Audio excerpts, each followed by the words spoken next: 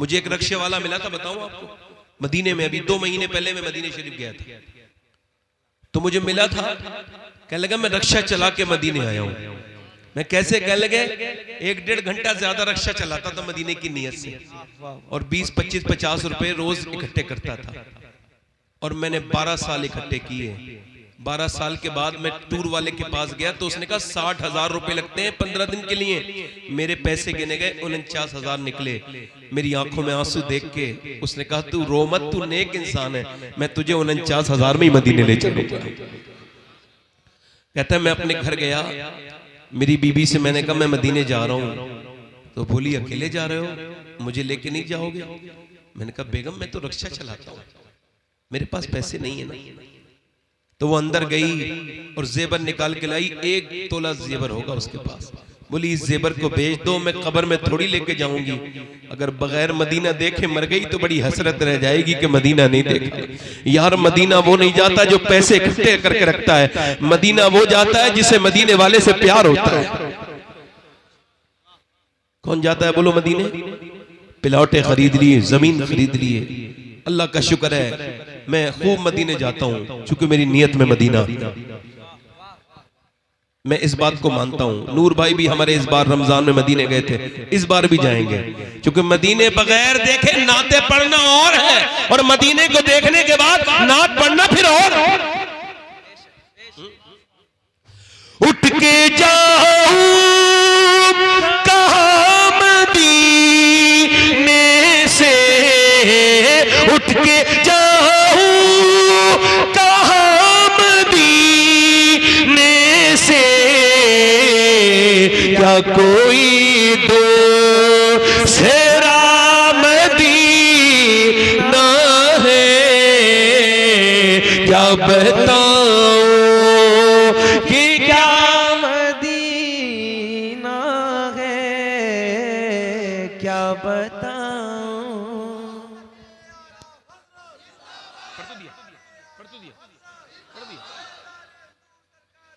अरे छोड़ो यार, नहीं मैं तो आपका खादिम हूं। ए भाई, बैठो 1 मिनट। ए भाई 2 मिनट सुन लो, मैं खिदमत करने आया हूं आपकी। अच्छा ठीक है, आइए आइए। अब मेरी तकरीर सुन लीजिए। हमारे यहाँ क्या है ना, हंसी मजाक का माहौल है हमारे इलाके में, जलसे को भी इसी ही समझते हैं। हालांकि वल्लाह कह रहा हूं, मेरे हुजूर फरमाते थे सहाबा से, ऐ सहाबा जो मैं जानता हूं ना वो तुम्हें बता दूं तो तुम कम हंसोगे ज्यादा रोगे। हाँ, और जिसे पता चल गया ना फिर वो रोते ही रहा। हजरत अबू बकर सिद्दीक इतना रोते थे कि 2 आंसुओं के निशान बन गए थे यहाँ पे। चिड़िया को देखते थे तो कहते थे चिड़िया तू अबू बकर से तो बहुत बेहतर है, तेरा कोई हिसाब नहीं होगा मगर अबू बकर का हिसाब होगा। हालांकि अबू बकर ब्रांडेड जन्नती, गारंटेड जन्नती। जो अबू बकर की जन्नत में शक करे वो मुसलमान नहीं।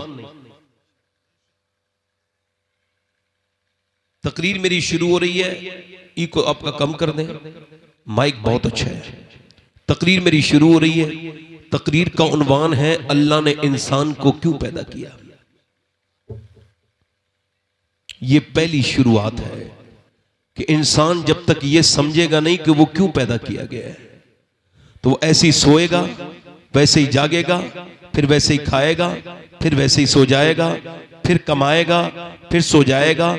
अगर सिर्फ खाने कमाने के लिए पैदा करना होता अल्लाह ने तो जानवर बहुत थे, इंसान तेरी क्या जरूरत थी। वो खाते भी हैं, वो पीते भी हैं, वो तुझसे ज्यादा सोते भी हैं। इंसान को अल्लाह ने क्यों पैदा किया, जब आप सवाल करेंगे आप, तो इसका जवाब कोई साइंसदान नहीं दे सकता, कोई आपको फिलोसोफर नहीं दे सकता, कोई नासा का प्रोफेसर नहीं दे सकता, कोई दानिश्वर नहीं दे सकता, क्योंकि उन्होंने इंसान को बनाया नहीं, उनको इंसान के बारे में कुछ इल्म नहीं। इंसान का जवाब जवाब क्यों पैदा किया गया है? इंसान ने अपनी मोटरसाइकिल तब तक रखी जब तक वो चलती रही। जब तक मोटरसाइकिल ने फासला खत्म करना बंद किया, इंसान ने मोटरसाइकिल फेंक दी।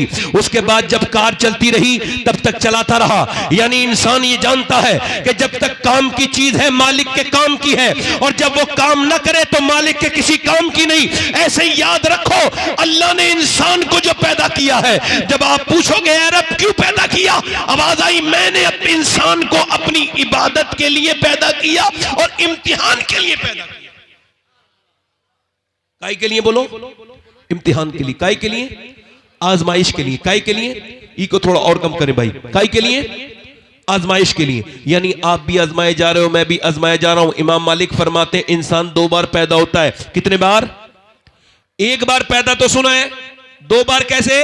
फरमाते एक बार तब पैदा होता है जब मां के पेट से पैदा होता है, एक बार तब पैदा होता है जब वो ये जान ले कि अल्लाह ने उसे क्यों पैदा किया है।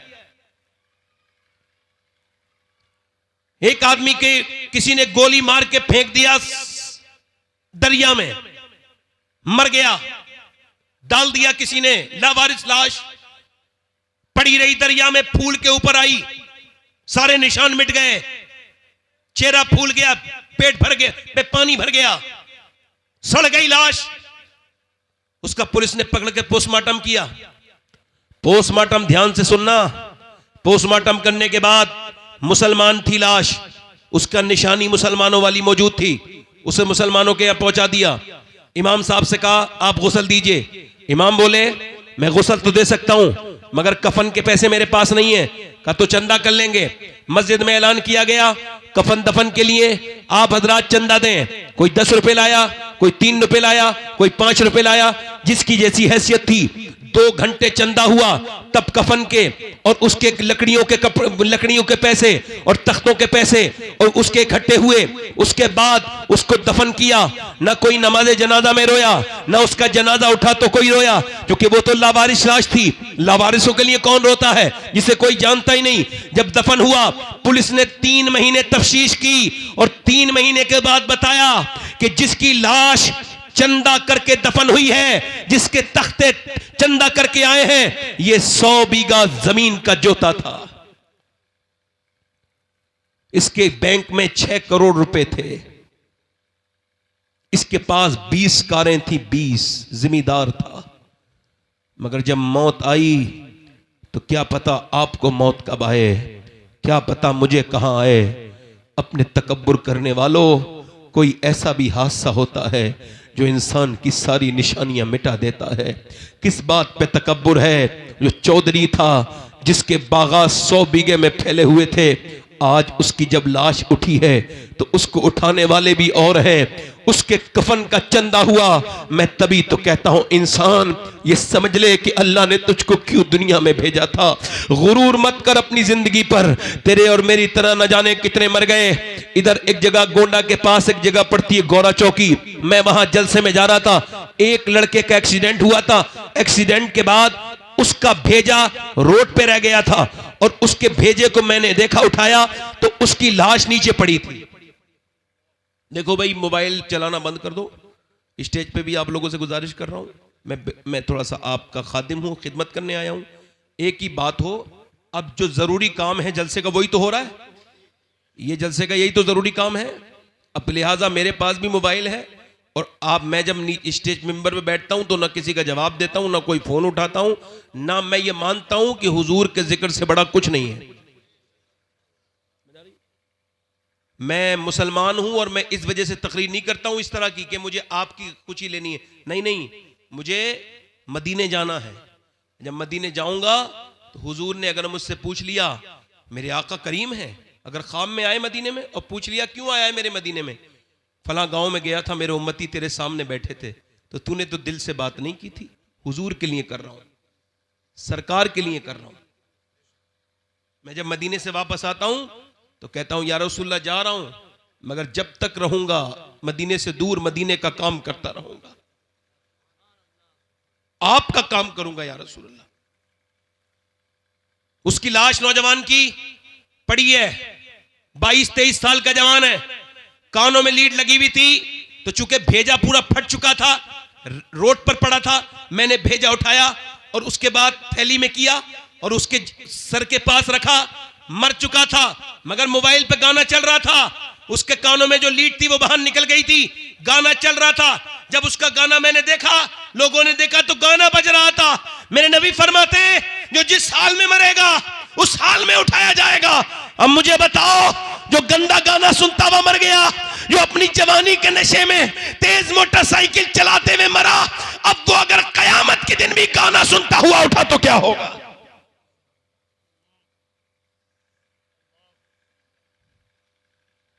इंसान ने ये समझ लिया कि यूं ही पैदा कर दिया गया। ना ना मेरे दोस्त, ना ना। उमर कहते थे या अल्लाह, काश उमर की माँ उमर के हक में बांझ होती, काश उमर उमर ना होता, एक दिन का होता। ये आखिरत का हिसाब व किताब, ये कब्र और हश्र के मामलात कितने सख्त हैं, चूंकि तुम्हें आपको और मुझे पता नहीं, इस वजह से डरते नहीं। मेरे दोस्त, मेरे भाई, इस तरफ देखो, मेरी अम्मी आयशा फरमाती हैं, जरा गौर करो, आज ऐसे ही वक्त गुजरता चला जा रहा है। कोई चौराहे पे वक्त गुजार गया, कोई मेरी बहन बेटी अम्मियां बुराइयां करने में वक्त गुजार दिया, कुछ गीबत करने के लिए वक्त है औरतों के पास, मर्दों के पास चौराहे पे बैठ के बातें करने का वक्त है, मगर अल्लाह का जिक्र करने का वक्त नहीं। मेरे नबी फरमाते हैं जन्नत में जब जन्नती चले जाएंगे और जब उनको जन्नत दे दी जाएगी तो जन्नतियों को कोई अफसोस नहीं होगा। ये मुझे बताओ, जन्नत अल्लाह जिसे दे देगा उसे कोई अफसोस होगा? नहीं नहीं, मगर जन्नतियों को भी एक अफसोस होगा। नबी से अर्ज की या रसूलल्लाह, वो क्या? का वो ये अफसोस करेंगे जिस मालिक ने हमें जन्नत दी है, काश दुनिया में जो वक्त हमने खराब किया उसी मालिक को याद कर लिया होता, उसी रब को याद कर लिया होता जिसने जन्नत से हमें नवाजा है, जिसने जन्नत से हमें नवाजा है। मगर आज मेरा दोस्त गाफिल है। सूरज निकलता है तो कहता है इंसान आज मैं निकल गया हूं, जो तुझको करना हो वो कर ले, मैं आज आया हूं, आज के बाद नहीं आऊंगा। जब दिन डूबता है तो कहता है मैं गया, अब हिसाब के दिन आऊंगा, आज के बाद नहीं आऊंगा। सुबह हुई, शाम हुई, मौत के करीब चलते चले जा रहे हैं, लम्हा व लम्हा कब्र के करीब होते चले जा रहे हैं। ऐ मेरे दोस्त तौबा कर ले, ऐ मेरे भाई तौबा कर ले। आजा मेरे भाई, ये समझ ले अल्लाह ने तुझको क्यों पैदा किया, ये समझ ले। मैं आपको बताऊं, अपने पड़ोसी मुल्क में एक लड़का गाना गाता था, गाना गाते गाते मशहूर हो गया। 16 साल की उम्र में गाना गाते गाते बड़ा आदमी बन गया। उसने मर्सिडीज गाड़ी जीती, फिर दूसरी मर्तबा जीती, तीसरी मर्तबा जीती। उसने पैसे कमाए, दुनिया में घूमने लगा, वर्ल्ड टूर किया। उसके रियाल में, धर्म में, यूरो में, और उसने पाउंड में, डॉलर में रुपया कमाया।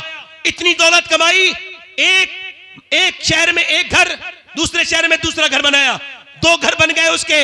और 2 घर बनने के बाद अपनी मर्जी की लड़की से शादी की, नौकर चाकर पीछे, फोन, गाड़ियां, दौलत, शोहरत।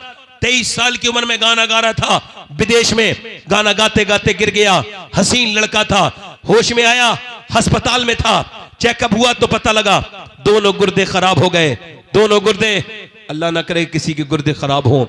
जब गुर्दे, अभी मुझे एक जवान लड़का मिला था, उसकी उम्र भी ज्यादा नहीं थी, उसने बताया कि मेरे गुर्दे खराब हैं। अभी आपके यहाँ मैं आया था और पता चला उसके बाप ने उसको गुर्दा दिया, तब उसकी जान बची। किसी का तो हो जाता है। इधर देखो, ये हाथ की नस फड़क रही थी काशीपुर के पास एक लड़के की। मैंने पूछा क्या हुआ, रो के बोला मेरे दोनों गुर्दे खराब हैं और मेरा बाप सारी जमीन बेच के लगा चुका, मेरा बाप ने सब कुछ, मगर मेरे गुर्दे ठीक नहीं होते। कहता है 1 हफ्ते में 1 बार डायलिसिस होता है। डायलिसिस क्या होता है? पूरा खून निकाला जाता है, यानी जिसके गुर्दे खराब हैं उसका डायलिसिस 25,000 रुपए, 30,000 रुपए महीना। कहां से आदमी देगा? घर बिका, मकान बिका।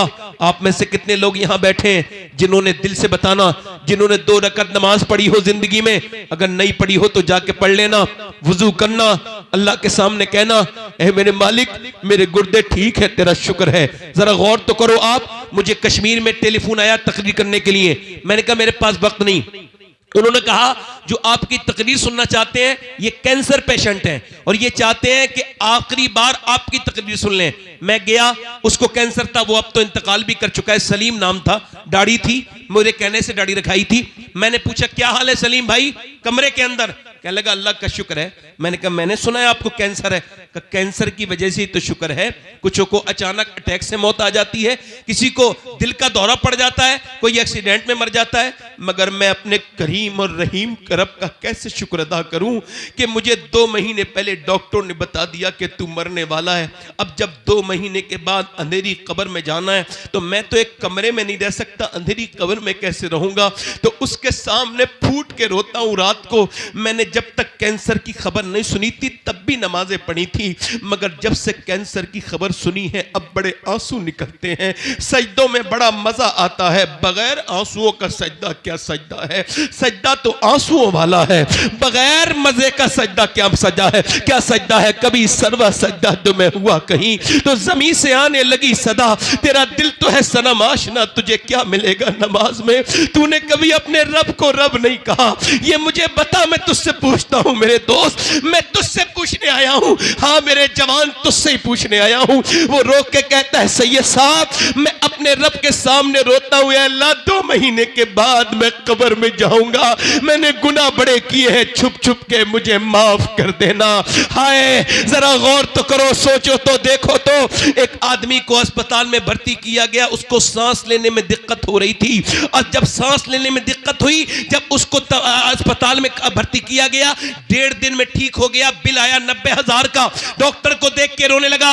डॉक्टर ने कहा बड़े मियां पैसे ज्यादा लग रहे हैं, कम कर दूं। कहा नहीं पैसे की बात नहीं है, अल्लाह ने इतना नवाजा है कि दोनों तेरे पूरे अस्पताल खरीद सकता हूं, खड़े खड़े यहां से उठूंगा भी नहीं, पूरा अस्पताल खरीद दूंगा। कहा फिर रोते क्यों हो? कहा इस वजह से रो रहा हूं, सांस लेने में दिक्कत हुई, 1.5 महीने तेरी 1.5 दिन तेरी सांस से मैंने, तेरी हवा से मैंने सांस लिया, तेरी मैंने ऑक्सीजन से सांस लिया, तेरी मशीन से। तूने 90,000 का बिल बैठा दिया, मगर कभी मैंने सोचा ही नहीं, 80 साल का बूढ़ा हूं, अल्लाह की हवाओं में सांस ले रहा हूं। मैंने कभी सोचा ही नहीं सांस लेना कितनी बड़ी अल्लाह की नेमत है।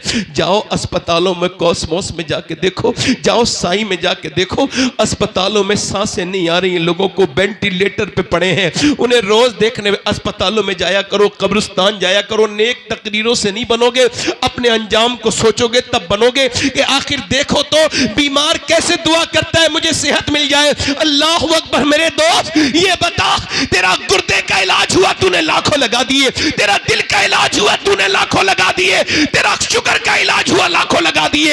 अरे जिसने तुझे गुर्दे का इलाज किया उसे लाखों दे दिए, जिसने गुर्दे दिए हैं उसके सामने कभी सजदा भी नहीं किया, उस रब को कभी करीम भी नहीं कहा, कभी कहा ही नहीं 2 रकत नमाज पढ़ के अल्लाह तेरा शुक्र है। याद रखो मेरे दोस्तों, मेरी बात याद रखना। इस नाक को सुने, इधर देखो मेरी तरफ गौर करो, ये मेरा पॉइंट नोट करो आप लोग। ये नाक है, नाक, नाक के अंदर एक बारीक सा बाल है, ये इसके अंदर रग है, रग बाल से बारीक, उसको दूरबीन से देखता है डॉक्टर तब नजर आती है, वो MRI के बाद पता चलती है कि ये बंद है या खुली भी है। और इसका काम क्या है? खुशबू और बदबू। अगर ये खराब हो जाए तो न खाने को सूंघ सकोगे, तो न फूल को सूंघ सकोगे, न कोई खुशबू आएगी न कोई बदबू। तो सुनो, पूरी दुनिया का मेडिकल साइंस मिलकर भी एक ऐसी रग नहीं बना सकता जो अल्लाह ने हर बंदे की नाक में बनाई है। दारे तकबीर, दारे रिसालत, बस लगे आला हजरत औलादे गौसे आजम सैयद शबात हुसैन साहिब क़िबला। सुनो, साइंस से हमारा कोई झगड़ा नहीं है। साइंस ये कहता है कि सूरज चांद 1.25 लाख मील दूर है। साइंस कहता है, साइंस भी कहता है, साइंस किताबें तहकीक है। इधर देखो, कुरान किताबें तखलीक है। इस जमीन आसमान मेरे रब ने बनाई है। सुभान अल्लाह, सुभान। किसी ने, लोगों ने खुदाई का दावा किया, मगर आज तक किसी ने यह दावा नहीं किया जमीन मैंने बनाई, आसमान मैंने बनाया, या इंसान मैंने बनाया। वो अकेला मेरा रब है जो दावा करता है जमीन भी मैंने बनाई है, आसमान भी मैंने बनाया। सुभान अल्लाह, सुभान। अगर आप अपने रब को नहीं पहचानोगे जिंदगी बेकार है। जब तक समझोगे नहीं रब कौन है, कौन है जमीन और आसमान का मालिक, कौन है बोलो। मैं क्या आपसे क्या अर्ज कर रहा था, वो नौजवान जो गाने गाता था, अब उसकी तबीयत खराब हुई, डायलिसिस हुआ, एक मकान बिका, दूसरा बिका, गाड़ियां बिक गई, रिश्तेदार छोड़ गए। गरीबों की रिश्तेदारी कम हो जाती है, अमीरों की बढ़ जाती है। बोलो गलत बात है या सही है? सुनो, जनाजे तो गरीबों के बड़े सुनसान निकलते हैं, अमीरों को छींक आ जाए, भीड़ लग जाती है। मेरे नबी फरमाते हैं, मेरा एक उम्मती बीमार हो जाए और कोई अल्लाह की रजा के लिए उसे देखने जाए, फरमाते मेरे आका जब तक वापस नहीं आता मेरा उम्मती 70,000 फरिश्ते उसके लिए दुआए मगफिरत करते रहते हैं। जरा जोर से बोलो, हम जैसे गुनहगार लोग और बीमारी पे किसी को देखने जाएं तो 70,000 फरिश्ते दुआए मगफिरत करें। ये कितनी बड़ी बात थी, मगर गरीबों को कोई देखने नहीं जाता। ओ मेरे दोस्तों, कोई गरीब अमीर नहीं, मेरी तरफ देखो, मैं आपसे पूछता हूं, उसने लोगों को टेलीफोन किया मगर पैसे किसी ने नहीं दिए उसे। कल तक तो लोग उसके साथ तस्वीर लेना चाहते थे। क्या शोहरत पे तकब्बुर है? क्या जमीन पे तकब्बुर है? अल्लाह ने नवाजा है तो गुरूर मत करना, किसी पे अपना धौंस मत जमाना, बल्कि अल्लाह ने नवाजा है तो मस्जिद में जाना और सजदा करके नाक रगड़ना अल्लाह के सामने और कहना मालिक मैं इस लायक नहीं था। अपने पुराने वक्त को याद करना। किसको वक्त को याद रखना? पुराने वक्त को याद रखना और कहना मालिक मैं इस लायक नहीं था, तूने मुझे नवाज दिया, मेरी हस्ती ये नहीं थी। अगर ऐसे कहोगे तो अल्लाह बहुत नेमतें बढ़ाएगा। वो तकब्बुर करने वालों को पसंद नहीं करता। और सुनो, उसकी मौत करीब आने लगी। वो नौजवान जो कल तक बड़े गाने गाता था, मौत करीब आई। बीवी ने देखा रो रहा है, चेहरा काला हो गया। कहा क्यों रोते हो? कहा मैं अपनी बीवी को जीते जी बेवा देख रहा हूं और अपने बच्चों को यतीम देख रहा हूं। मैं सोच रहा हूं कि आज सबने मेरा साथ छोड़ दिया। मैंने जिन्हें गाने सुनाए उन्होंने मेरे फोन उठाने बंद कर दिए। मैं सोच रहा हूं अल्लाह ने आवाज दी तो गाने गाए, और जब मेरा बुरा वक्त आया लोगों ने छोड़ दिया। अगर गानों के बजाय मैंने नबी की नाते पढ़ी होती तो मेरा ये हाल नहीं होता, मेरा ये हाल नहीं होता। मगर मियां, आंख तब खुलती है जब बंद होने वाली होती है। इससे क्या फायदा? आज ले उनकी पनाह, आज मदद मांग उनसे। मेरे दोस्त, इम्तिहान का मतलब क्या है? तू सुबह फजर का वक्त है, तू सो रहा है नौजवान, नींद ने बड़े अच्छे से अपने तेरे पर कब्जा जमाया हुए है और बिल्कुल सर्दी भी बड़ी सख्त है। तू लिहाफ के अंदर से अपना एक हिस्सा भी निकालना नहीं चाहता, बल्कि तू दबा रहा है। किधर से हवा आती है उधर से भी अपना कपड़ा दबा रहा है। मगर अचानक अजान की आवाज हुई। क्या आवाज आई? अजान की आवाज। अब सुनो नौजवान, सुनो मेरे दोस्त, अजान की आवाज आई, लिहाफ में गरमाई है, तू उठा, नमाज पढ़ने जा रहा हूं। नफ्स ने कहा आराम कर, सो जा, सर्दी बड़ी है, पढ़ लेना। ईमान ने कहा नहीं, नमाज अगर एक बार कजा हो गई तो कितनी बार उसकी कजा पढ़ लो मगर अदा नहीं हो सकती। आए है, मैं आपको बताऊं, मैं अपनी बात कर रहा हूं, मुझे दुनिया में सबसे बेहतरीन काम यही लगता है कि नमाज को उसके वक्त में पढ़ लिया जाए। और मैंने नमाज की जितनी बरकतें देखी, अभी देखो चल रहा है ना, कितना चला ये वो दुनिया भर की चीजें, फला पकड़ लेंगे, नमाज नहीं पढ़ने देंगे। इस हाल में भी अल्लाह गवाह है कि मैंने हर जगह नमाज पढ़ी, एयरपोर्ट से लेके मुझे आज तक किसी ने टच तक नहीं किया। चूंकि मैं ये जानता हूं, मैं जिसके सामने झुक रहा हूं ना, वो दिलों का भी मालिक है, इंसानों का भी मालिक है। आपने कभी सोचा ही नहीं ऐसा? हम तो दुनियादार बने रहे। फजर का वक्त है, अल्लाह फरमाता है हदीस कुदसी है, मैंने इंसान को पैदा किया तो उसके साथ अपने दुश्मन नफ्स को भी पैदा किया। यानी मेरा नफ्स मेरा भी दुश्मन, अल्लाह का भी दुश्मन। नफ्स अल्लाह का दुश्मन। नफ्स कह रहा है आराम कर ले, ईमान कह रहा है उठ जा, नफ्स कह रहा है सो जा, सर्दी बड़ी है। ईमान ने लिहाफ फेंक दिया, और फेंकने के बाद ईमान ने लिहाफ फेंकने के बाद ईमान आगे बढ़ा। उसने फिर ईमान ने ठंडे पानी में अपने हाथ डाल दिए, अब ठिठरते हुए वुजू करके मस्जिद में गया, कांपता हुआ, और अपनी नाक लगड़ दी। जैसे ही नाक सजदे में लगी है, फरिश्तों ने आवाज दे दी, आज ये बंदा अपने नफ्स पर कामयाब हो गया, इसने अपनी जिंदगी का ये वक्त कामयाब किया। जिंदाबाद। जवाब नहीं। बहुत। अब उसके बाद आया, तवज्जो करो, उसके बाद वो निकला, तवज्जो करो, और उसके बाद नाश्ता करके निकल रहा था, एक लड़की निकल के जा रही थी, बड़ी खूबसूरत, बड़ी हसीन। एक नजर पड़ी, एक नजर माफ है, मगर वो लड़की बाहियात थी, बेहुदा थी, बेगैरत थी, बेशरम थी, बहुत ज्यादा शैतान की एजेंट थी। उसका जिस्म, अब वो कह रहा है इसका नफ्स देख ले, लड़की हसीन है, कपड़े बड़े खराब पहन रही है, देख ले, इसने नहीं मानने का, नहीं देखूंगा। नफ्स कह रहा है, नफ्स कुत्ता है ना, भौंक रहा है, देख ले देख ले। ईमान कह रहा है नहीं देखूंगा।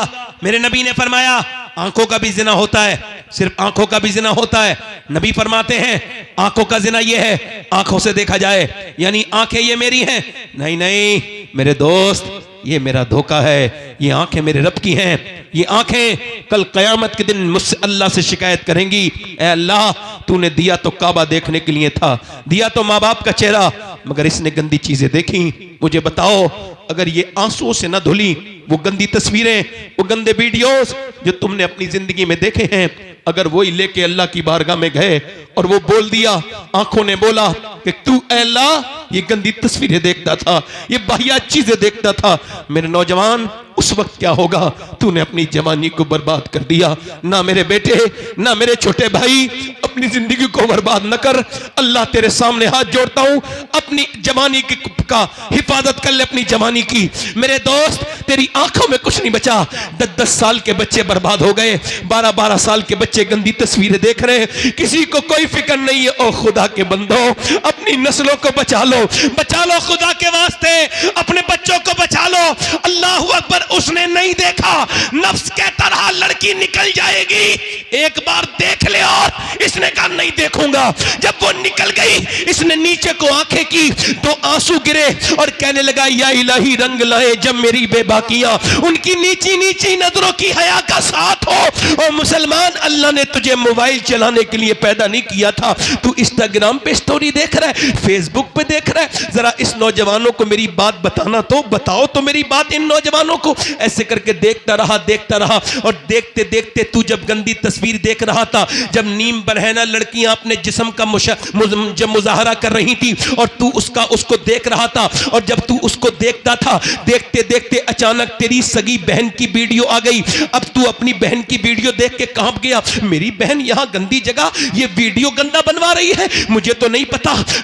कांपता हुआ अपनी अम्मी के पास गया, क्या मेरी बहन गंदी तस्वीर बनाती है? कहा नहीं नहीं वो तो नहीं बनाती। तूने कैमरा चेक किया तो पता लगा चुपके वो भी अपनी वीडियो बनाती थी। तू चुपके देखता था तो तेरी बहन भी चुपके लोगों को अपना जिस्म दिखा रही थी, अपने फॉलोवर बढ़ाने के लिए। ना मेरे दोस्त, ना मेरे भाई, वापस आ जा, ये गंदगी न कर। अल्लाह ने तुझे यूट्यूब इंस्टाग्राम के लिए नहीं, चौराहे पे बैठने के लिए नहीं, बल्कि तेरी जवानी तो इस वजह से है कि अल्लाह के प्यारे रसूल के गुलामों, तेरी जवानी तो इस वजह से है कि तू जवानी अपनी कामयाब करके जाए। तेरी जवानी औरतों के पीछे भागने के लिए नहीं है, तेरी जवानी बिया दुनिया के कामों के लिए नहीं है, बल्कि बरेली से मेरे ताज शरिया की आवाज आ रही है। जिंदगी ये नहीं है सभी के लिए, जिंदगी है नबी की, नबी के लिए। ना समझ मरते हैं जिंदगी के लिए, जीना मरना है सब कुछ नबी के लिए।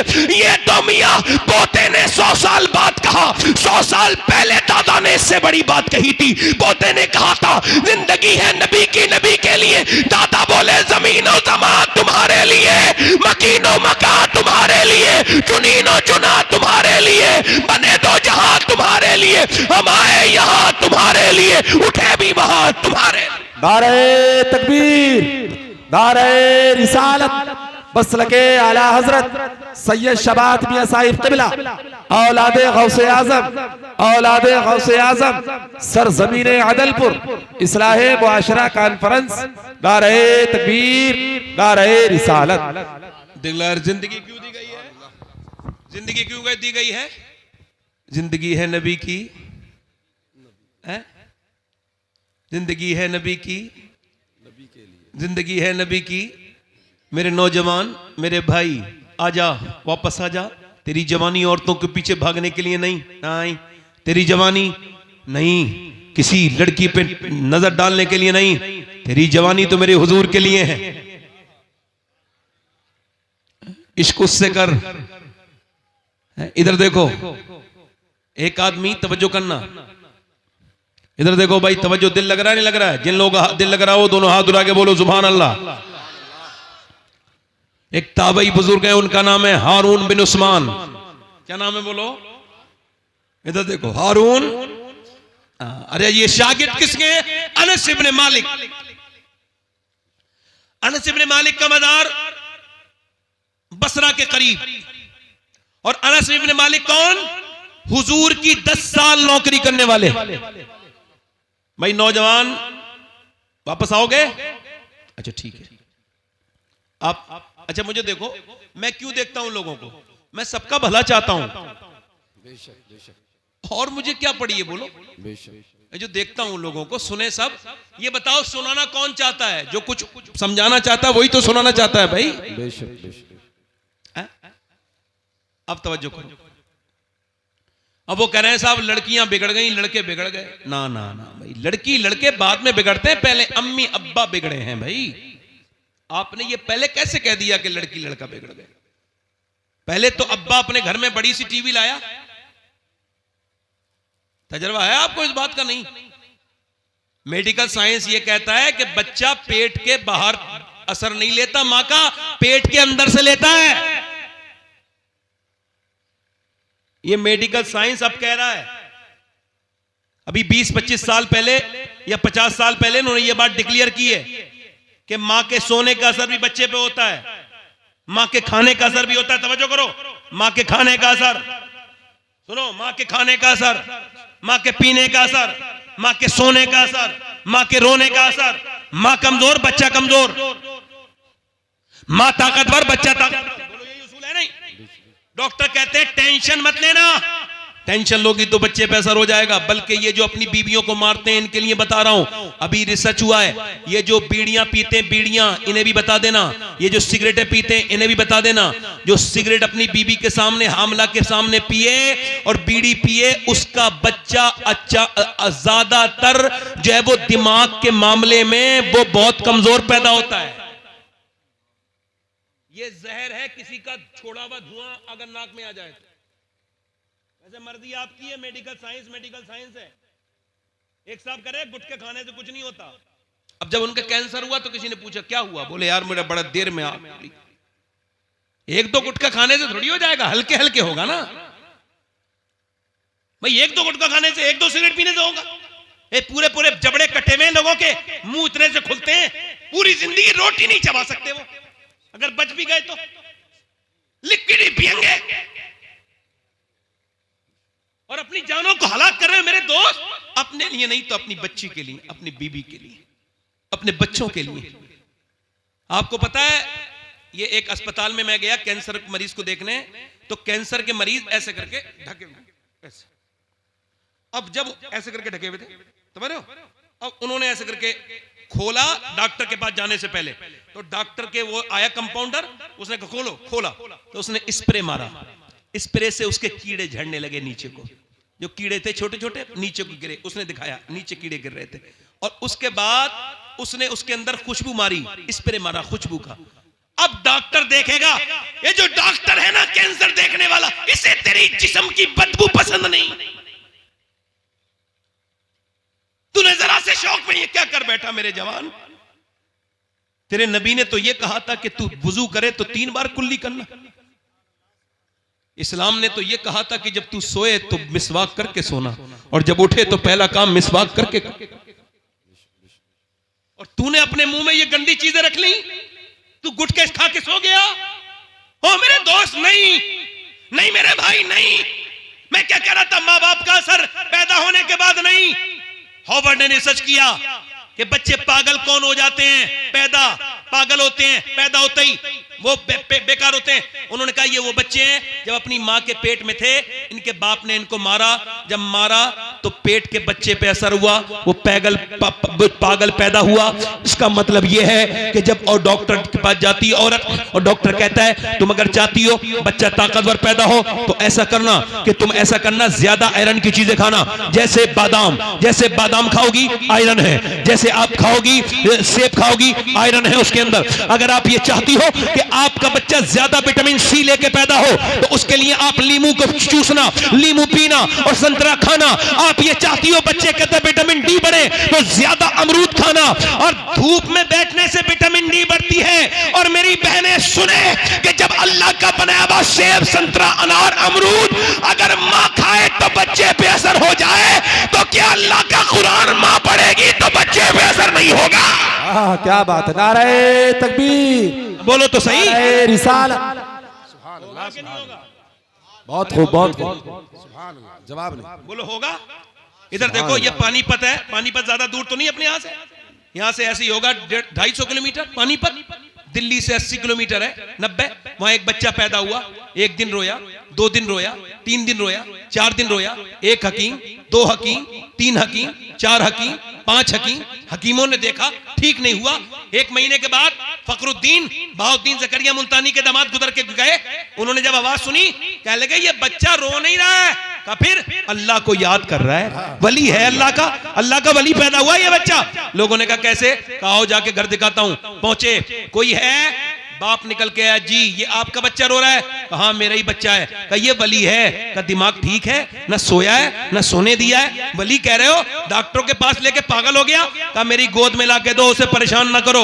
गोद में लाके दिया, एक कान में कुछ पढ़ के दम किया, सुनना अल्लाह तुम्हें औलादे दे तो ख्याल रखना बीबी क्या कर रही है। जब उसके पेट में बच्चा है तो कानों में एक कुछ पढ़ के सुना, दूसरे में कुछ पढ़ के फूका, दम किया, बच्चा खामोश। कहने लगे साहब क्या पढ़ दिया, दवाइयों से ठीक नहीं हुआ, आपने कानों में क्या पढ़ के दम कर दिया? अल्लाह बाद में बताऊंगा, पहले ये बताओ क्या इसकी मां कुरान की हाफिजा है? कहा इसकी मां का नाम जमाल फातिमा है, उमर फारूक आजम की नस्ल से है। वो 24 घंटे में एक कुरान खत्म कर देती है, यानी 24 घंटा पूरा नहीं होता, इसकी मां का कुरान पूरा हो जाता है। वो बुजुर्ग बोले तो सुनो, जब ये अपनी मां के पेट में था ना, तो उसने उठते बैठते चलते फिरते रोटी बना के ऐसा कुरान पढ़ा, ऐसा कुरान पढ़ा कि पेट के अंदर बच्चे की कुरान सुनने की आदत हो गई।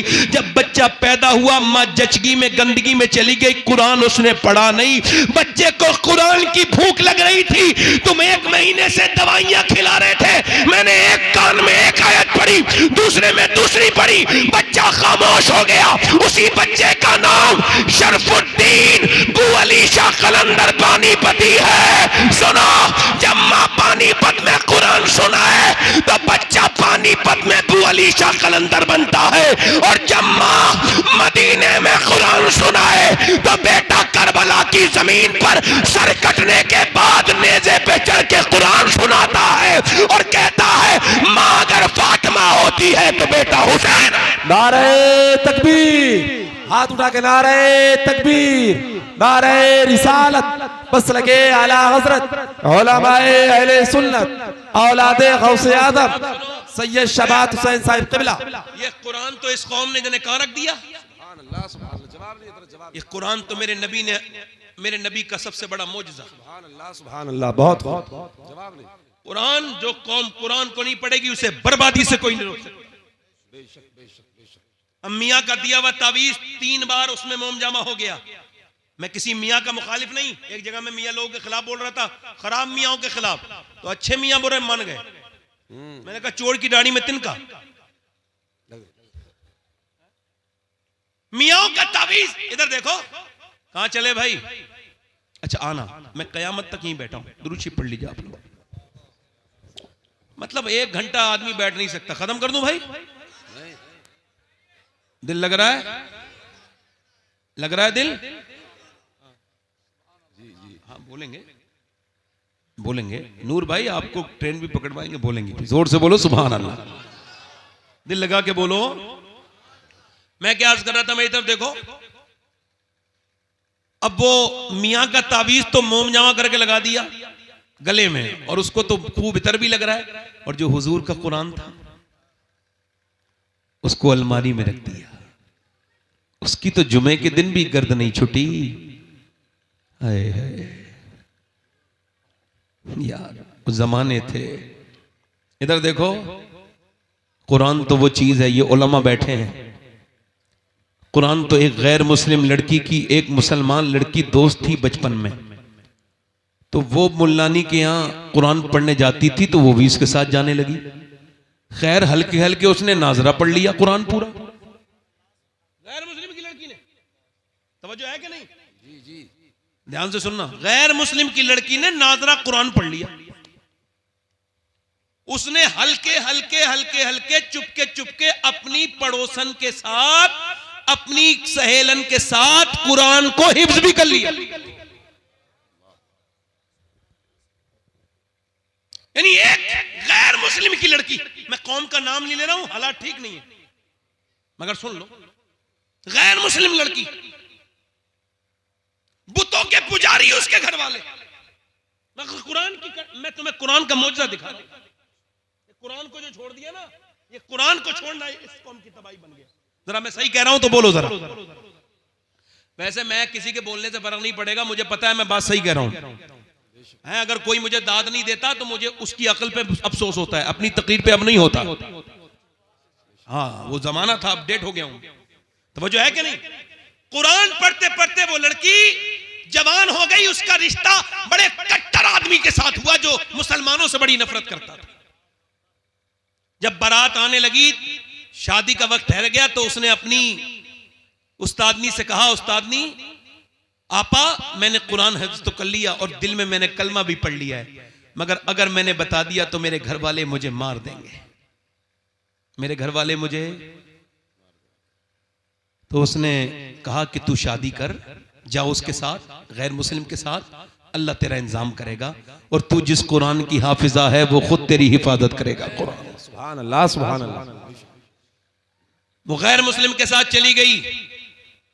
उसकी उस्तादनी ने तोहफे के नीचे छुपा के कुरान रख दिया और कहा मैं ये चाहती हूं ये मेरी शागिर्द वहां जाकर इस कुरान को खोले। अब वो कुरान जब वो नौकरी पे चला जाता तो वो कुरान पढ़ती और दुआ करती, अल्लाह मेरे शौहर को भी ईमान की तौफीक दे दे। मगर वो था बड़ा कट्टर, मुसलमानों से नफरत करने वाला, बड़ी नफरत करता था। मगर अल्लाह के इंतजाम, उसको एक दिन घर आया, बीवी के सामने रोने लगा। बीवी ने कहा क्या हुआ? कहने लगे कई दिन से तबीयत खराब थी, अस्पताल में चेकअप करके आया हूं तो डॉक्टर ने कहा कैंसर आखिरी स्टेज में है, अब तुम बचोगे नहीं। कहता है एक तो तुम इतनी खूबसूरत, इतनी मेरी भरोसेमंद, इतनी खिदमत करती हो और मेरे बच्चा छोटा सा, बस मौत की वजह से डर रहा हूं। आगे बढ़ के बोली सुनो, मुझसे एक वादा करो, अगर तुम ठीक हो जाओ, मेरे पास इलाज है, तो जो मैं कहूंगी वो मान लोगे?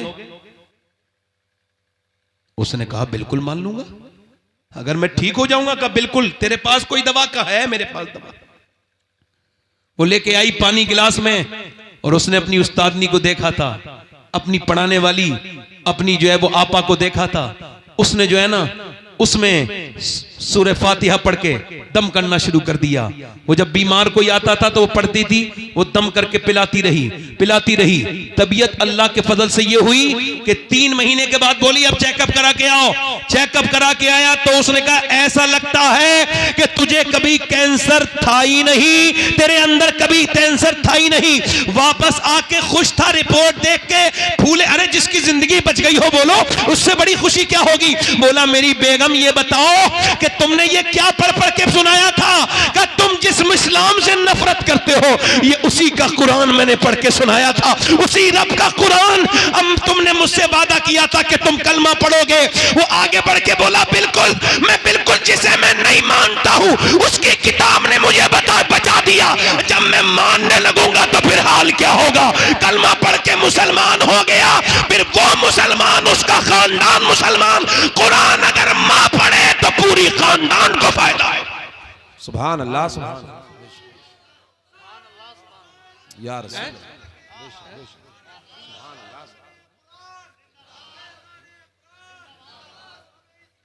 जिंदाबाद, जिंदाबाद। जवाब नहीं हजरत।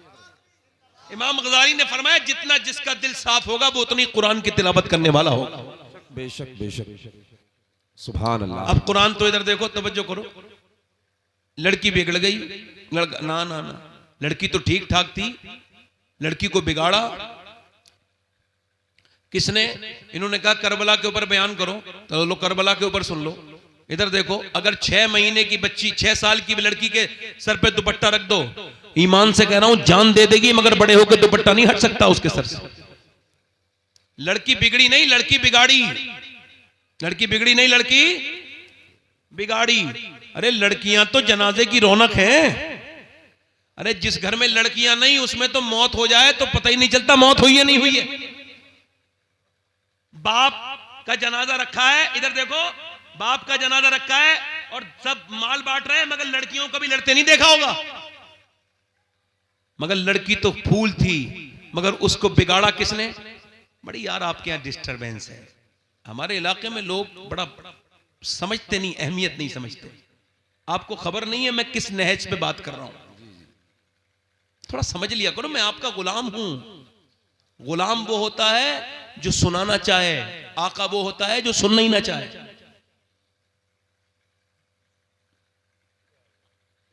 खादिम हूं, आपका खिदमत करने आया हूं। खादिम वो होता है जो पानी गिलास में लेके खड़ा हो, और आका वो होता है जो पीना ही ना चाहे। मैं सुनाना चाह रहा हूं, उधर लोग इधर उधर बात कर रहे हैं।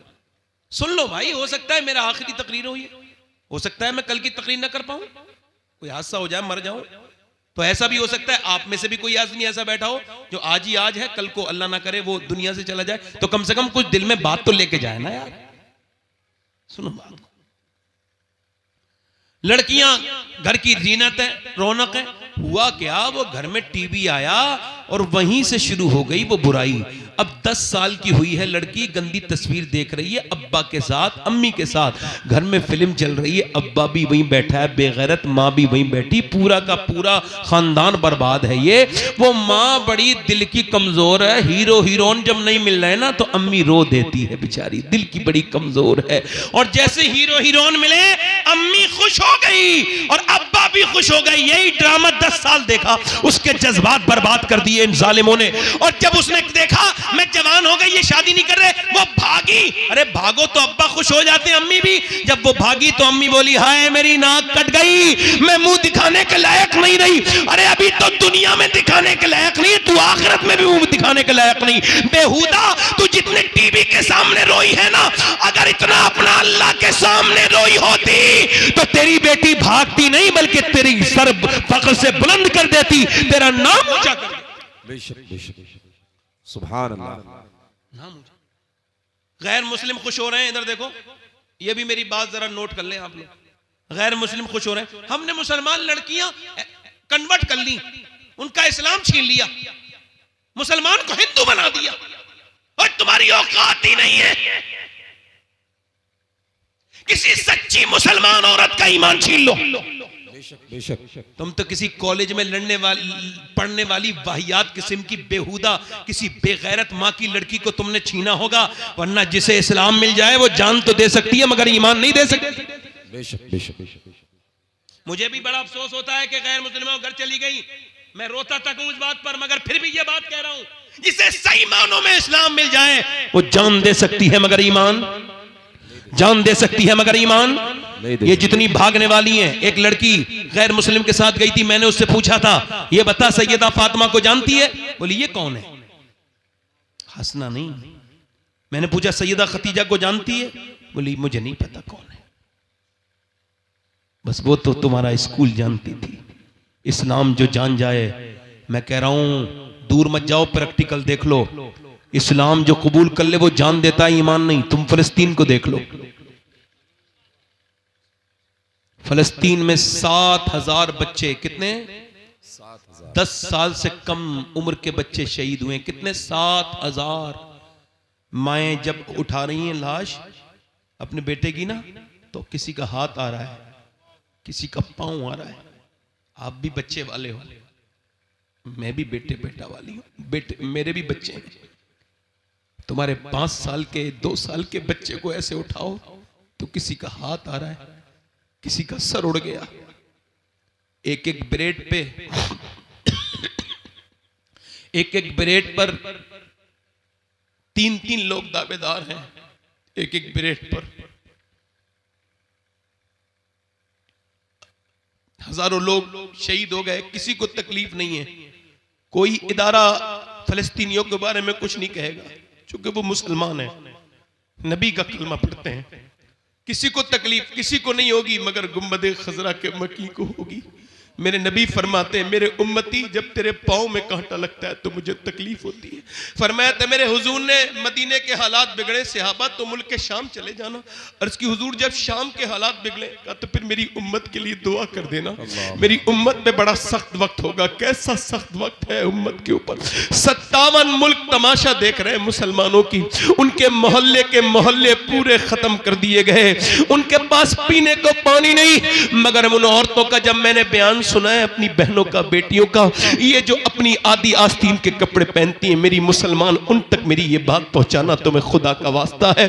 उन तक बताओ जो अपने बेडरूम में बैठी हुई अपने आप को बंबई की हीरोइन की तरह बनाना चाहती है, उसको बताना जिसने सर से दुपट्टा फेंक दिया, जिसने नबी से मोहब्बत का रिश्ता तोड़ दिया, जिसने नबी से अपना नाता तोड़ लिया, उस बहन को, मेरी बेटी को बताना, उस 10 साल की बच्ची को बताना जिसने इंस्टाग्राम पे बाल खोल के स्टोरी बनाना शुरू कर दी है, उस 15 साल की, 20 साल की लड़कियों से मेरी बात ये उन तक पहुंचाना, मेरी बेटियों तक उन तक पहुंचाना जिन्होंने इंस्टाग्राम पे अपने जिस्मों को फेसबुक पर दिखाना शुरू कर दिया कि फलस्तीन की लड़कियां ये कह रही हैं, फलस्तीन की लड़कियां ये कह रही हैं कि हम रात को सोते हैं तो बुर्का ओढ़ के सोते हैं। फलस्तीन की औरतें कह रही हैं हम रात को सोते हैं तो बुर्का का, सोने वक्त को कोई बुर्का नहीं ओढ़ता। क्यों ओढ़ती हो?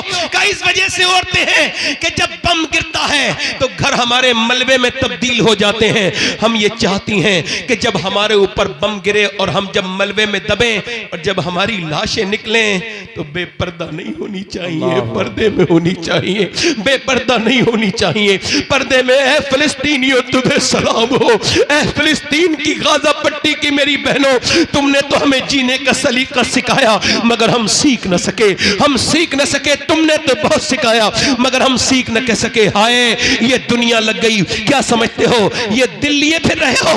ये कैसा दिल लिए फिर रहे हो जिस दिल में बिल्कुल दर्द ही नहीं है? ये कौन सा दिल है? ये तो जानवर से भी सख्त दिल है जिसमें किसी का दर्द नहीं। मुसलमान वो है, मेरे नबी ने फरमाया मेरी उम्मत एक जिस्म की तरह है। अगर एक जगह जिस्म में तकलीफ हो तो पूरा जिस्म मुतासिर हो जाता है। अगर किसी भी दुनिया का मुसलमान परेशान हो तो अगर तेरे दिल में परेशानी नहीं हुई तो तू फिर सही मानों में मुसलमान नहीं, तू फिर वो मोमिन नहीं जिस पर अल्लाह का इनाम उतरने वाला है। ओ मेरे दोस्त, मैं तुझसे ही पूछता हूं मेरे भाई, चल वो फिलिस्तीन की लड़कियां अपनी जगह, क्या तू अपनी बहनों को पहना सकता है दुपट्टा? क्या तू अपनी बेटी को पहना सकता है दुपट्टा? मैं तुझे बताता हूं, करबला की बात सुनना चाहते हो? सुनो। 6 साल की है ज़ैनब।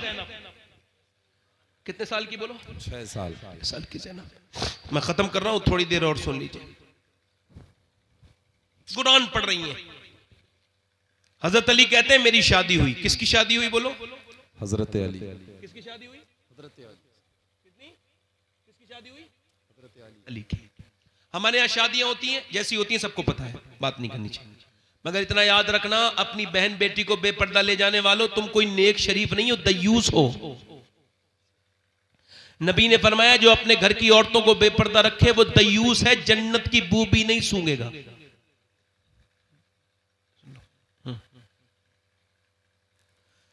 हजरत अली कहते हैं मेरी शादी होकर मेरी फातिमा मेरे घर में आई, मेरी बीबी, तो मैंने उन्हें देखते ही रोना शुरू कर दिया। तो वो बोली क्या आपको शादी पसंद नहीं जो रो रहे हैं?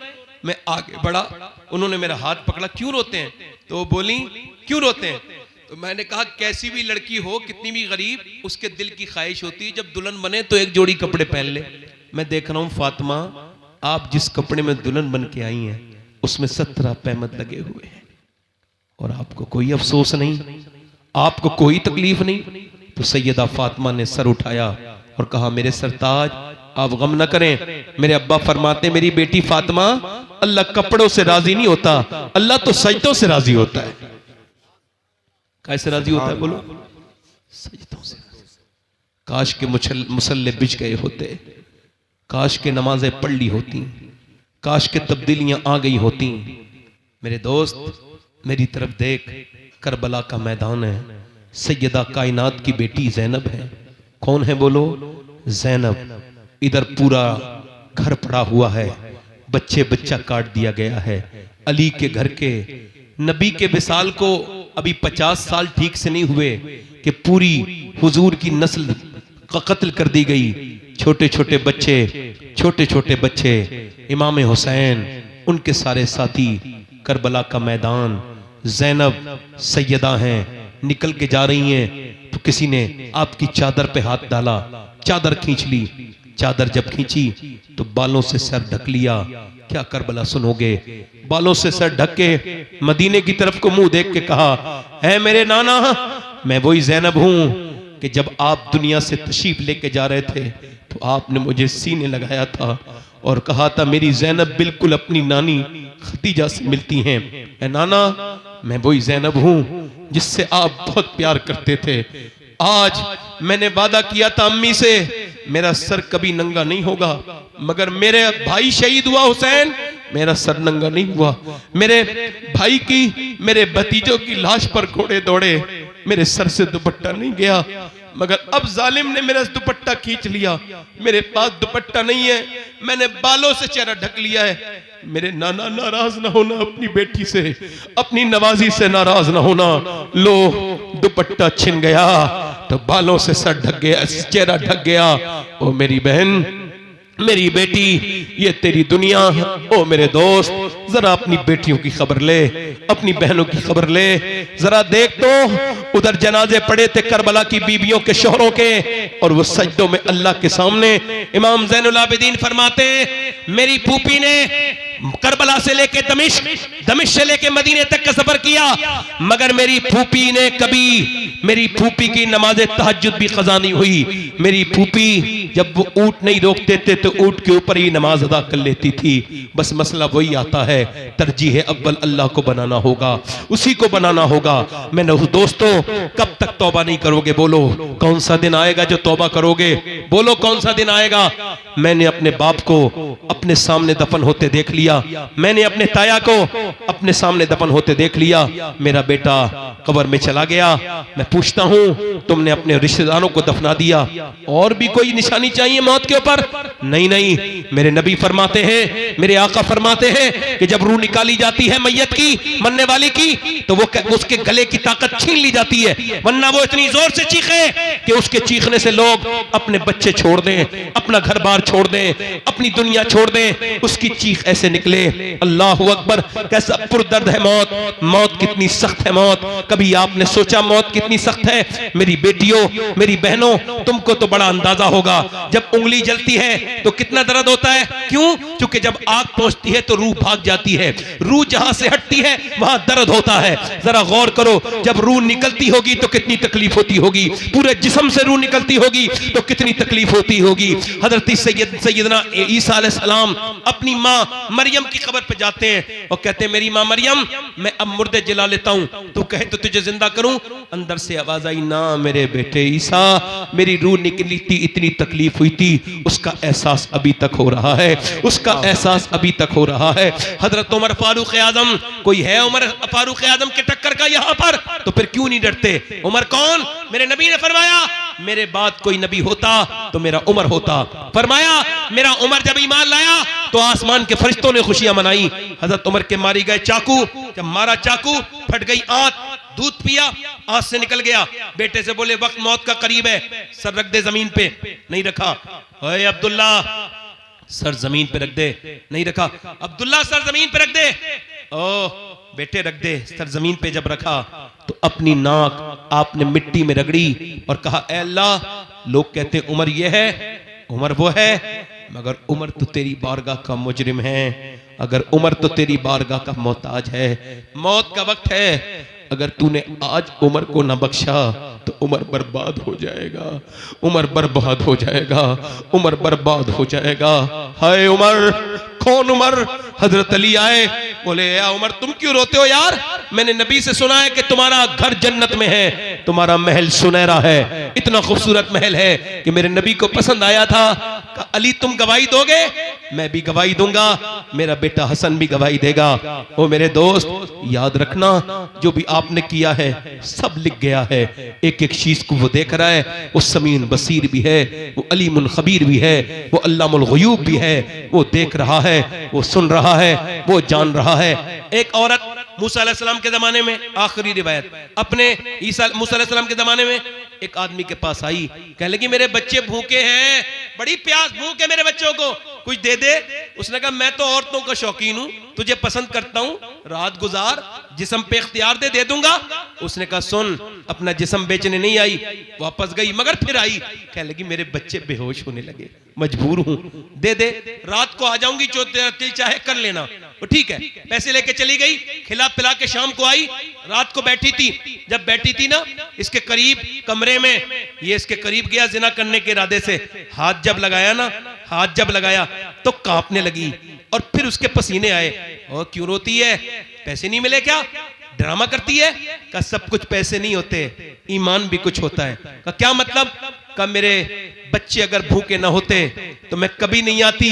मेरा ईमान यह है कि जब मैं नमाज पढ़ती हूँ, सजदा करती हूँ, तब भी मेरा अल्लाह देखता है, और जब मैं जिना कर रही हूँ तब भी मेरा अल्लाह देख रहा है। ऐ मेरे दोस्त, मेरे नौजवान, तुझको इस बात का एहसास ना हुआ कि तू जब गलत जगह गया, किसी लड़की को गलत जगह लेके गया, किसी होटल में, किसी रूम में, तो किसी ने न देखा मगर अल्लाह ने तो देख लिया ना तुझे, रब ने तो देख लिया ना तुझे। बोल, तुझे अल्लाह की शर्म नहीं? मेरे नबी फरमाते हैं, मेरा अल्लाह फरमाता है मेरे महबूब, मैं अगर जानी जिना करने वाले को माफ भी कर दूं, वैसे वो करीम है, मगर फरमाता है, हदीस कुदसी है मेरे महबूब, मैं जिना करने को माफ भी कर दूं और अगर उसे जन्नत भी दे दूं तो जन्नत में अपना दीदार नहीं कराऊंगा। यानी वो अपना दीदार नहीं कराएगा।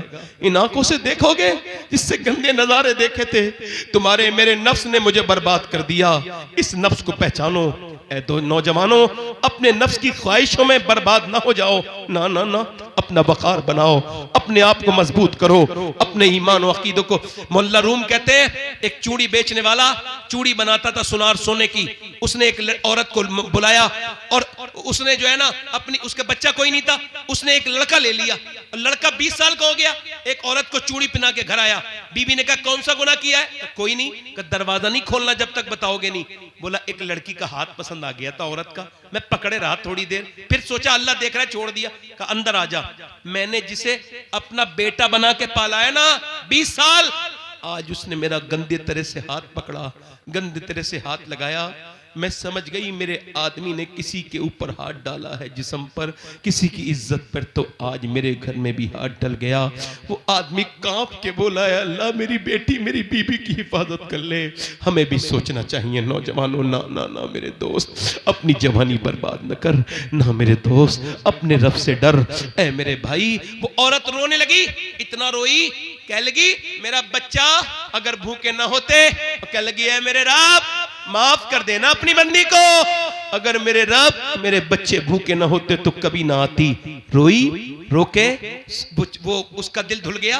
बोला तुझे मैं अपनी बहन बनाता हूं, पैसे दिए, वो तो चली गई, वो चली गई, वो तो चली गई, मगर वो जो था ना, वो बोला मालिक एक दिन आई थी, हाथ तक नहीं लगाया। मैं कितना गुनहगार हूं, मैंने कितनी इज्जतों पे डाके डाला है, मैंने कितनी इज्जतें लूटी हैं। सजदे में गिर गया और इतना रोया, सो गया। सुबह को दरवाजे पे दस्तक हुई, दरवाजा खोला, का कौन?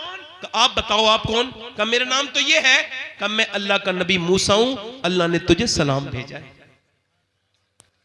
लगा मूसा चेक कर लो, मैं इस इलाके का सबसे वाहियात गुंडा इंसान हूं, मैंने बहुत इज्जतें लूटी। का रोया भी है तू? कहा कितना?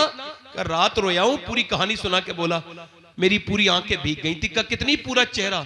मूसा बोले तेरा तो पूरा चेहरा भीग गया था। मगर अल्लाह फरमाता है ऐ मेरे बंदे, तू गुनाह चाहे कितने भी कर ले, मगर इतना रोले सच्चा कि तेरी आंख का आंसू तेरे गाल तक आ जाए, मैं सारे गुनाह माफ कर दूंगा, सारे। ये दोस्त, ये रिश्तेदार, ये अजीज, ये हाथ झाड़ के आ जाएंगे कब्र में, मिट्टी और कोई काम नहीं आएगा मेरे दोस्त, कोई नहीं आएगा। हाथ उठा के बताओ कितने हुजूर के नाम पे गर्दन कटा सकते हो? कितनों को मौत की फिक्र है? हाथ उठा के बताओ, दोनों हाथ उठा के बोलो हुजूर के नाम पे कौन कौन गर्दन कटा सकता है? दोनों हाथ उठा के बोलो इंशाल्लाह। हाथ गर्दन कटा दोगे? नीचे हाथ करो। एक दूसरे की तरफ ना देखना, मुस्कुराना नहीं। जो गर्दन कटा सकता है कुछ भी कर सकता है, कुछ भी कर सकता है ना। एक दूसरे की तरफ ना देख। कितने लोग ऐसे हैं जो गर्दन भी कटा देंगे और आज से मेरे नबी के नाम पे पूरी दाढ़ी भी रखा लेंगे। इस महफिल में खड़े हो जाए, खड़े हो जाए। जो नबी के नाम पे दाढ़ी रखा है वो खड़ा हो जाए। एक दूसरे की तरफ ना देखें, मुस्कुराए ना। जो पूरी दाढ़ी रखा है अपने नबी के नाम पर वो खड़ा हो जाए। आपके दाढ़ी है, जिसके दाढ़ी ना हो वो आज से कौन है जो अपने नबी के नाम पे दाढ़ी रखाएगा? नौजवान है कोई आशिक रसूल? देखो आप एक दूसरे की तरफ ना देखो, मेरी तरफ देखो, मेरी तरफ देखो जरा। अब बताओ कौन है ऐसा आशिक रसूल जो आज से अपने नबी की सुन्नत को जिंदा करेगा? है कोई? कोई ना बोले और कोई सामना बोले नहीं। जो आज से रखा है वो खड़ा हो जाए, जो अपने नबी के नाम पे है कोई आशिक रसूल? हर नबी के दाढ़ी, हर वली के दाढ़ी। हाँ, याद रखो, दाढ़ी सुन्नत है, सुन्नत से चेहरे में बरकत होती है। दाढ़ी मुड़ाने वाला खूबसूरत नहीं है, दाढ़ी रखाने वाला खूबसूरत है। कोई इस महफिल में आशिक रसूल हो, नौजवान कोई एक, जो आज से अपने नबी के नाम पे पूरी दाढ़ी रखाने की नियत करे, वो इस महफिल में खड़े होकर कहे, आज तक जिया था सभी के लिए, आज से जीऊंगा नबी के लिए। है कोई आशिक रसूल? सुभान अल्लाह। इस महफिल रसूल में है कोई आगे पीछे से दीवाना हुजूर का? देखो, मुझे कोई अफसोस नहीं है, आ जाओ, आ जाओ, बाहर आ जाओ, निकल के बाहर आ जाओ। देखो, आप लोग डरा मत करा करो कि मियाँ की इज्जत खराब हो जाएगी। जो पूरी दाढ़ी रखा है वो बाहर निकल के आ जाए भाई, आ जाओ, आ जाओ। सुभान अल्लाह, सुभान अल्लाह। आइए, उन्हें आने दो भाई, आने दो। सुभान अल्लाह। नारे तकबीर, नारे रिसालत। पूरी दाढ़ी रखने वाला बाहर निकल के आए।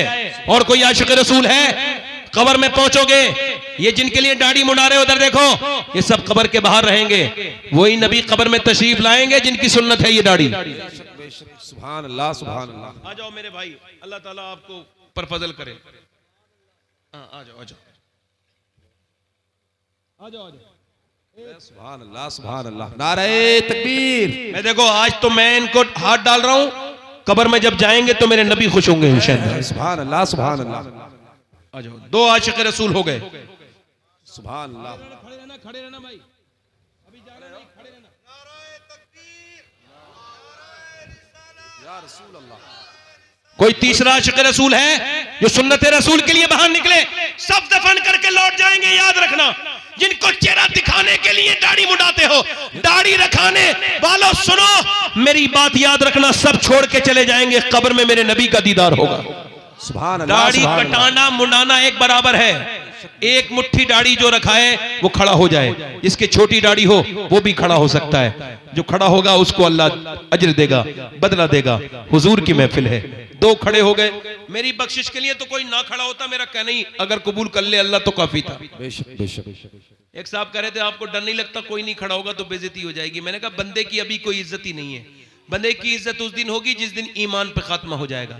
बाकी मेरी नजर में कोई इज्जत ही नहीं। बस मौत के वक्त ईमान नसीब हो और ईमान पे मर जाओ, यही इज्जत है। सारी इज्जतें उसे मिली जो ईमान बचा के ले। कोई तीसरा आशिक रसूल है? सुभान अल्लाह। तीसरा है कोई आशिक रसूल? आ जाओ नौजवान। अच्छा, मैं इस लड़के के लिए दुआ भी कर रहा था दिल दिल में, या अल्लाह ये खड़ा हो जाए। ये तीसरा आशिक रसूल हो गया, सुभान अल्लाह। पूरी दाढ़ी रखाने वाला। मैं इस दुनिया के लिए मत रखाओ, ये दुनिया तो छोड़ देगी, छोड़ो। चौथा कोई आशिक रसूल है? महफिल रसूल में 4 यार का मानने वाला इमाम हुसैन का आशिक। उठो इमाम हुसैन का तकरीर सुनने वालों, आ जाओ, करबला वालों के नाम पे खड़े हो। कोई चौथा आशिक रसूल है? सुन्नत, आ जाओ, बाहर आ जाओ निकल के। सुभान अल्लाह, सुभान अल्लाह, सुभान अल्लाह। दिल लगा के जरा बोलो सुभान अल्लाह, सुभान अल्लाह। माशाअल्लाह। भाई ये हमारे चैनल वाले लोग बड़ा मुस्कुरा रहे हैं, क्या बात है भाई? हाँ, अरे ये बड़े अच्छे लोग हैं बेचारे। आओ इधर आओ, सुभान अल्लाह। बैठो, माशाअल्लाह, मुबारक। खड़े रहो भाई, खड़े रहो भाई। हार तो नहीं है मगर आपके लिए जीत है आज से। अब बिल्कुल पहनाओ, यही कहते हैं, ऐसे ही कहते हैं मुसलमान। जोर से बोलो सुभान अल्लाह। कोई बात नहीं, दोनों अलग मिले हुए हैं, हटेंगे नहीं वो। बस पहने रहो, पहने रहो, पहने रहो। कोई पांचवा है पंजतन मार्ग का मानने वाला? सुभान अल्लाह। लो कौन नौजवान उठता है? ये देखो, जलसों में को लोग कहते हैं ना जलसों से कुछ नहीं होता, जलसों से जिंदगियां बदलती हैं। बेशक, बेशक, बेशक। अगर जलसा हो, जलसा, मजाक ना हो, जलसा होना चाहिए। हक खिताबत। अगर अल्लाह चाहे तो फजल फरमा दे अपना। ये सारे अच्छे लोग हैं, ये हमारे ये इमाम लोग बैठे हैं इधर देखो भाई। ए रुको, चारों लोग वादा कर रहे हो, कोई पांचवा है? एक बार और कहना हूं, पांचवा है कोई? चलो चारों लोग वादा करो, इंशाअल्लाह वादा करते हैं आज के बाद अल्लाह की रजा के लिए न कभी दाढ़ी कटाएंगे न मुड़ाएंगे। बैठ जाए। अच्छा, एक बात और सुनो, आप बैठो। ये आजकल चल रहा है पीरों का मामला। एक और आ गए, आ जाओ आ जाओ। अरे अभी कोई हमारे यहाँ रास्ता बंद थोड़ी हुआ है, ये तो कयामत तक वक्त है। आ जाओ, तौबा का वक्त तो कयामत तक। आ जाओ। सुभान अल्लाह, सुभान अल्लाह, वाह वाह, वादा कर रहे हैं इंशाल्लाह। माशाअल्लाह, सुभान अल्लाह। जोर से बोलो सब लोग सुभान अल्लाह। लो माशाअल्लाह, डाल दो इनके भी हार। लो हाथ डलाए, अब जीतते रहोगे इंशाल्लाह। बैठ जाओ। इधर देखो, मेरी नजर में पीर वो नहीं होता जो नजराने लेके चला जाए।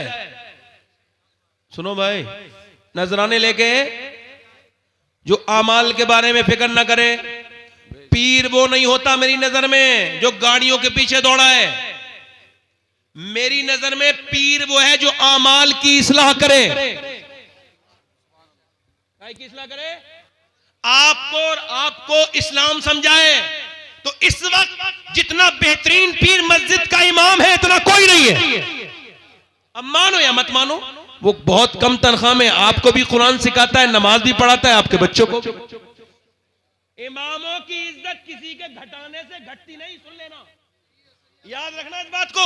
इमामों की इज्जत किसी के घटाने से नहीं घटती। अरे जिसे नबी मुसल्ला दे दे, उसी के पीछे मुक्तदी बनना पड़ेगा, चाहे तू कोई भी। इमामों की इज्जत बढ़ी रहेगी। क्यों? क्योंकि नबी के नायब है, सुभान अल्लाह, हुजूर के नायब है। अल्लाह आप सबको सलामत रखे। नमाज की पाबंदी करोगे नौजवानों? देखो मौत का कोई भरोसा, इतना तो करोगे ना? सच्ची बात है। आज से मुसल्ले शुरू, दोनों हाथ उठा के वादा करो, इरादा करो, वादा नहीं इरादा। नमाज पढ़ेंगे इंशाल्लाह, दोनों हाथ उठा के। अपनी बहन बेटी को पर्दा कराएंगे इंशाल्लाह। मसलके आला हदत पे सख्ती से कायम रहेंगे इंशाल्लाह। तौबा करें, अस्तगफिरुल्लाह रब्बी मिन कुल्लि ज़म्बिन व अतूबु इलैह। पढ़ लीजिए ला इलाहा इल्लल्लाह। अच्छा एक मिनट भाई, कह रहा हूं, पढ़ो ला इलाहा इल्लल्लाहु मुहम्मदुर रसूलुल्लाह। मेरी जिंदगी का मकसद तेरे दीन की सरफराजी। मैं इसीलिए मुसलमान, मैं इसलिए नमाजी। इस्लाम जिंदाबाद, मसलके आला हजरत पाइंदाबाद। लक़द काना लकुम फी रसूलिल्लाहि उसवतुन हसना, सदक़ल्लाहुल अज़ीम। अभी एक मिनट रुक जाओ, जरा मेरी बात सुन लो, मेरी बात सुन लो भाई। एक बात तो यह है कि इस जलसे के लिए कमेटी वालों ने ये कहा है, भाई इसको जरा बंद कर लेना, कैमरे वाले सबको बंद कर लेना, ठीक है।